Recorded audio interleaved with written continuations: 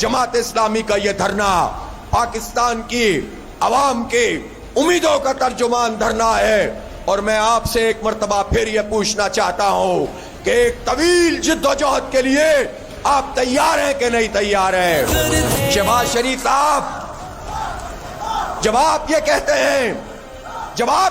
हैं कि बिजली की कीमत पर सियासत ना करो, तो आप क्या चाहते हैं? आपकी तरह करप्शन की सियासत करें, IMF की गुलामी की सियासत करें? हमें यह सियासत कबूल नहीं है। हम अवाम की सियासत करेंगे, उनके रिलीफ की सियासत करेंगे, उनके हक की सियासत करेंगे। हम नौजवानों को एम्पावर करने, बाइख्तियार बनाने, तालीम देने की सियासत करेंगे। हमने पार्टी की और पार्टी लीडर की पॉलिटिक्स नहीं की। हमने पाकिस्तान के 25 करोड़ आवाम का मुकदमा पेश किया और यही हमारी सियासत है। तुम्हें अच्छी नहीं लगती ये सियासत, इसलिए कि तुमने सियासत को आलूदा कर दिया है, तुमने इसको गंदा कर दिया है। इसका सियासत का नाम करप्शन, धोखा, झूठ, बूट पॉलिश रख दिया है।